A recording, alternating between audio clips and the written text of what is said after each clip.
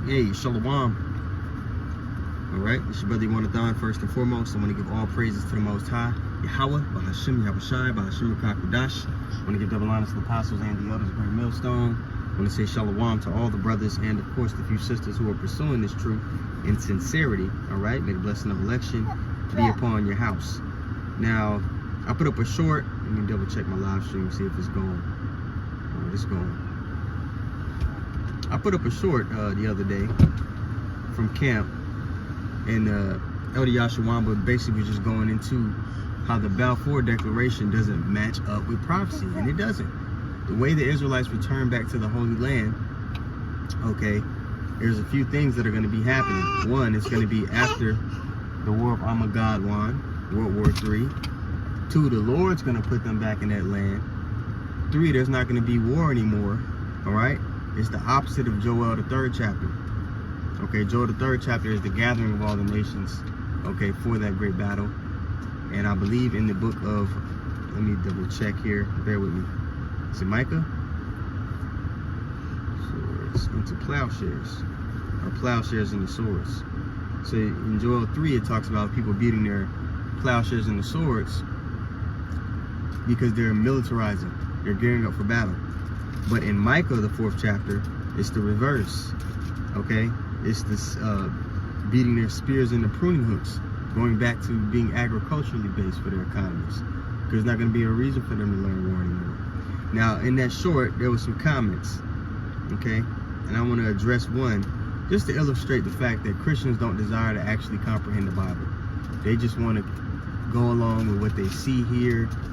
They don't understand that this Bible is actually speaking, that it's playing out before our eyes.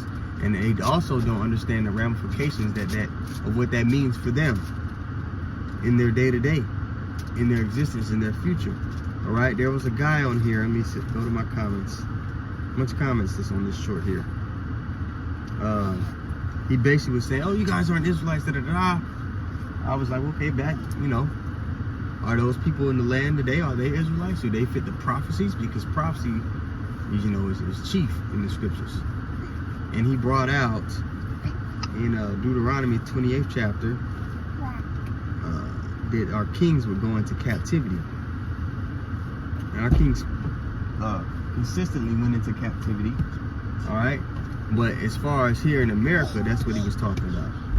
And for a Christian to get that, they would have to understand that hell isn't a place that you burn and go to. They would have to understand that spirits are regenerated, and that the hell and heaven are living conditions. Let's go prove that. Let's go to Ecclesiastes, the 12th chapter. And this is easy, man. When you start going into prophecy with a Christian, it really just, it's like our trump card, because the bar gets too high then, because they don't know prophecies. And that's beautiful, because the spirit of prophecy is the spirit of Yahushua, Revelation 19:10. Okay, this is Ecclesiastes 12, and actually, let's go to Ecclesiastes 1 first, just to set the foundation. Ecclesiastes 1:9, it says, the thing that hath been, it is that which shall be, and that which is done is that which shall be done, and there is no new thing under the sun. So if there's no new thing under the sun, are you new? No, of course not. You may be in a new vessel, but we come back every 3 to 4 generations pursuant to the scriptures in the line of our fathers.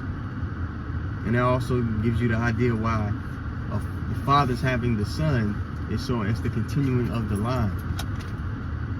That's why it's such a big deal to have a son back in ancient times, because that was a man's way back into the earth. All right, shalom to everybody that's coming in on the comment board. Yahweh Shem Yahushua Barakatham. All right, verse 9 again from the top. The thing that hath been, it is that which shall be, and that which is done is that which shall be done, and there is no new thing under the sun. Is there anything whereof it may be said, see, this is new? It hath already been of old time, which was before us. There is no remembrance of former things, neither shall there be any remembrance of things that are to come with those that shall come after. Yeah, man. Okay, sit down, baby. We don't have memories of our past lives. You know, in the world, people say, oh man, deja vu. I feel like I've done this. I've been here. I met this person before. Da, da, da. Likely. But, you know, imagine if we had the memories of our hardcore slavery here in Babylon, man. You wouldn't be able to function as a normal person.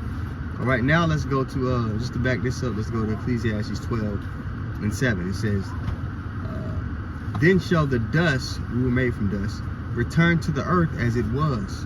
All right, your spirit, your vessel, the vessel which your spirit dwells in. And the spirit shall return unto God who gave it. You see?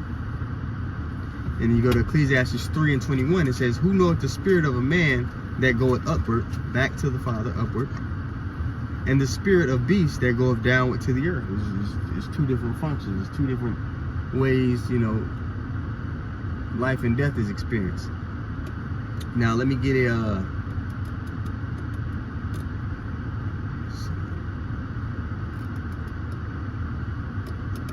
Ecclesiastes 3. Let's stay here.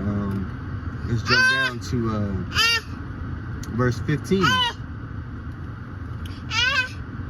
Ecclesiastes 3:15. It says, that which hath been is now, and that which is to be hath already been, and God requireth that which is past. So people, you might be like, damn, why was this person born remedial? Why did this happen to that person? The Lord requires that which is past. So people receive judgments for things they might have done in the past experience.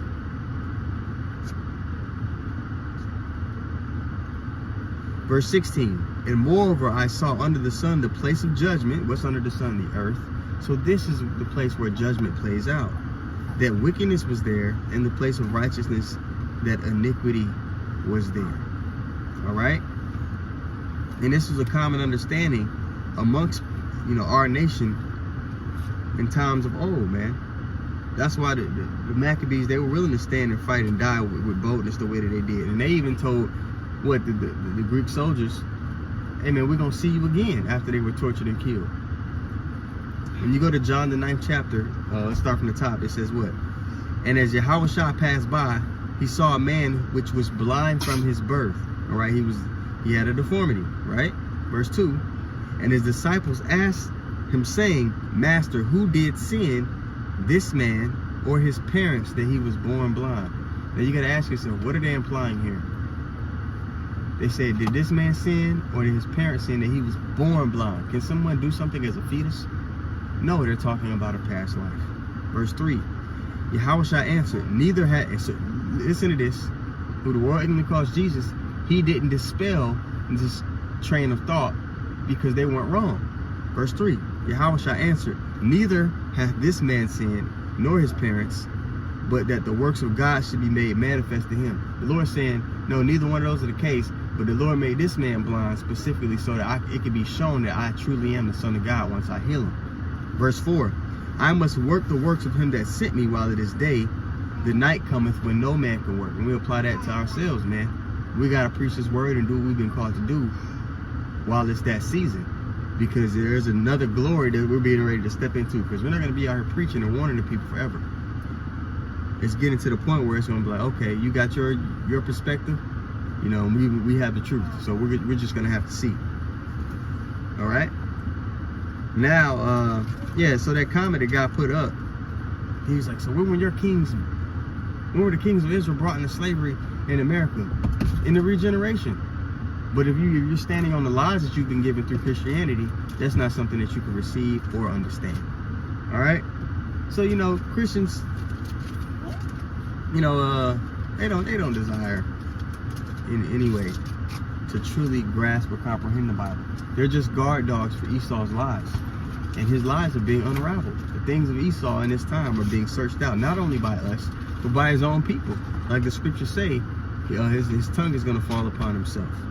Okay? So, man, that was a quick lesson. You know, Lord willing, it was edifying and you got something out of it. I want to give all praises once more to Yahweh, Bahashem, Yahushai, Bahashem, Kodash. I want to give double honors to the apostles and the elders of Great Millstone. And I want to say shalom to all the brothers and, of course, the few sisters who are pursuing this truth and sincerity. All right? May the blessing of election be upon your house. Shalom.